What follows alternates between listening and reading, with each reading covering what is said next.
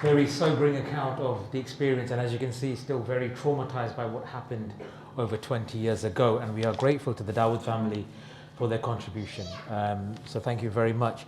I'd like to invite Brother Jaseem to the stage next to Shaukat Bhai. Whilst he's making his way, for those of you who are wondering when we can do Asr Salah, 10 past 4, we will. You can pray your Asr Salah from that point, at which point also the mains will be served as well. So as Jaseem comes to the stage, Brother Jaseem is an independent journalist currently based in the UK. He's been in the industry for more than a decade with a journalism graduate degree from the University of Westminster. He has been writing and producing investigative and feature stories by extensively covering law, civil unrest, human rights, politics and ethnic minorities in India, the UK and elsewhere. His works have appeared in many international and Indian media outlets that included the coverage of landmark judgments of the Supreme Court of India and the High Court of England and Wales, the Delhi Riots, anti-CAA protests and the Leicester violence. Welcome, Assalamu alaikum, Brother Jaseem. Thank you so much for joining us this afternoon. A few questions for you. Just like to begin with asking about your experience of the Delhi Riots, please. Thank you for having me in this conversation. With regard to Delhi violence,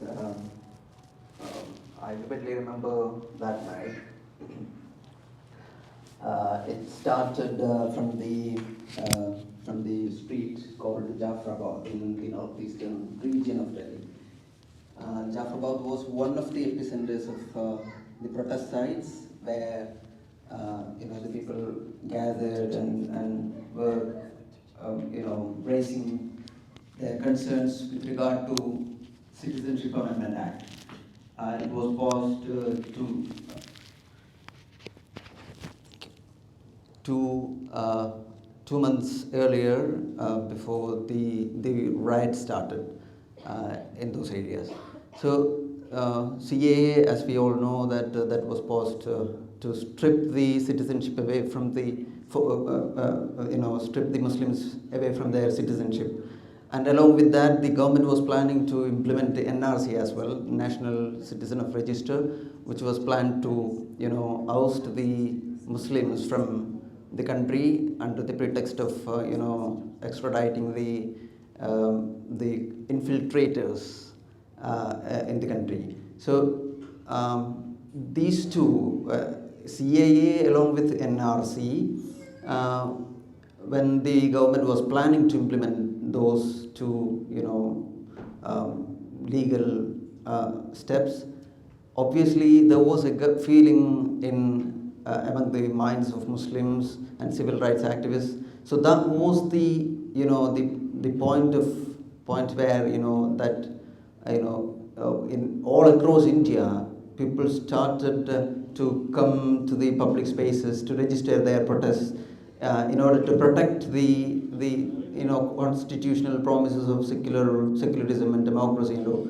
So this was in Delhi, the northeastern region, in the Jafarabad and all, Maujpur, Shivvihar, the Karaval Nagar, these areas were also the epicenter of the protest after taking the inspiration from the Shaheen Bagh. You all might know what is the Shaheen Bagh. Shaheen Bagh was one of the first protest sites that started their protest against the new legislations.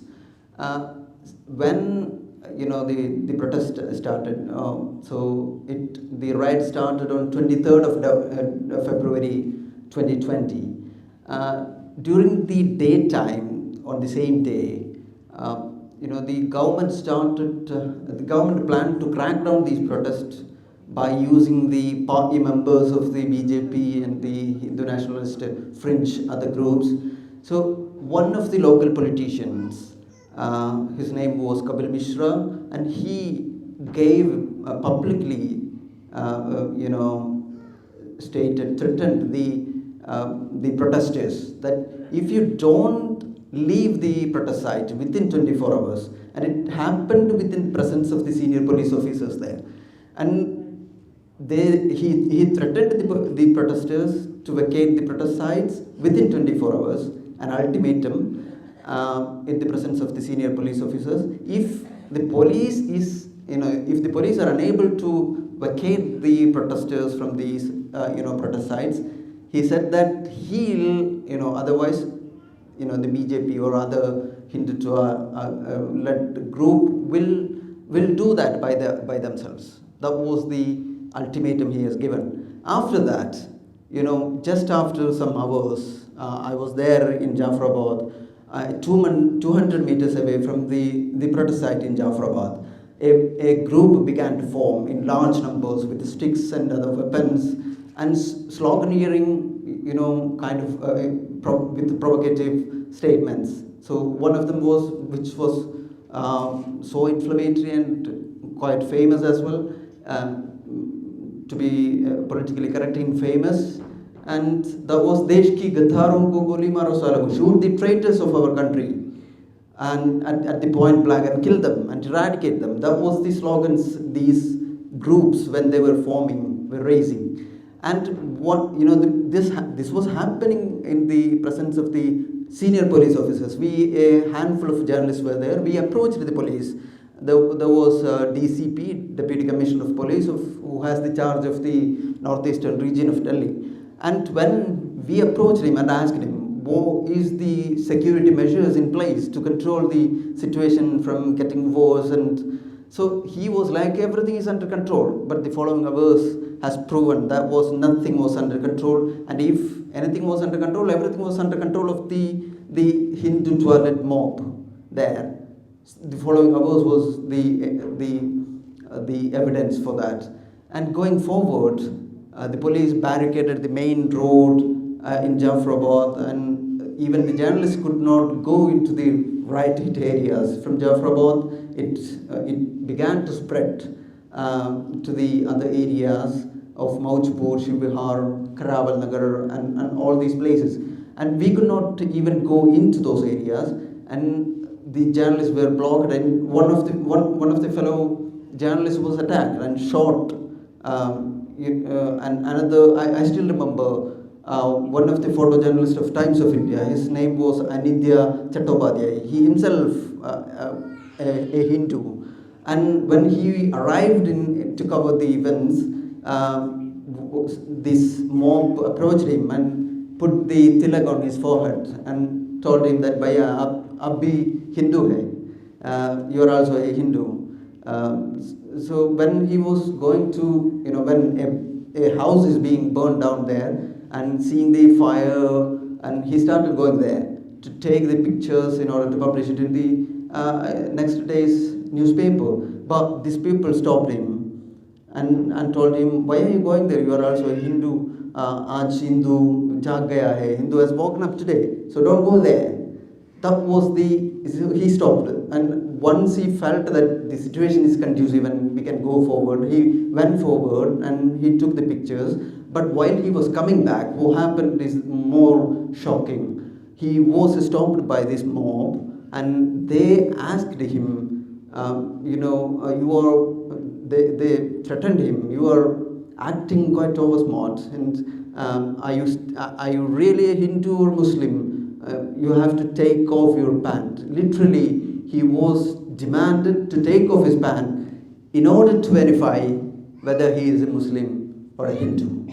That was the situation, and we had to take refuge there was a hospital, GTP hospital, and we had to take refuge in order to show the depth and the horror, the exact horror of the incidents and the events that were being unfolded there. And when we reached the hospital, it was completely horrific and terrible. People were coming with all the injuries and all. People were spitting blood, and most of them are Muslims and who taken into emergency departments, and some of them were later declared dead. So almost it took around 53 lives. Most of them are Muslims. 250 people were injured quite terribly, and around 2,000 people were displaced, became homeless. So I still remember one girl I found. She was going to take her exams the next day for the plus 2, the higher secondary examinations there. and she has nothing at her home. And that was the situation. So it was well orchestrated attack. It was, I would like to mention this, particularly when you when you roam around the North India, you would find Muslim gullies and Hindu gullies. These are divided from one gully to another. So, but what was the difference in Mauchpur and Shivvihar, where the riot hit, was that some of these areas have a composition of mixed religious groups. They were staying together, and the interesting thing is that it was well planned, well triggered, and well targeted. Even the Muslim houses and Muslim shops were targeted, but the adjacent shops, which are not owned by the Muslims, were, remained unscathed and unaffected. But so it was well planned to attack the Muslim shops in order to terrorize the Muslim minorities in Delhi, and that was that was the situation. I would say that it was a well orchestrated, anti-Muslim violence. Thank you very much, Brother Jaseem. Unfortunately, time is against us, as we have so many more questions we could have asked you, but we are very grateful for your contribution today. So thank you very much for sharing your experiences.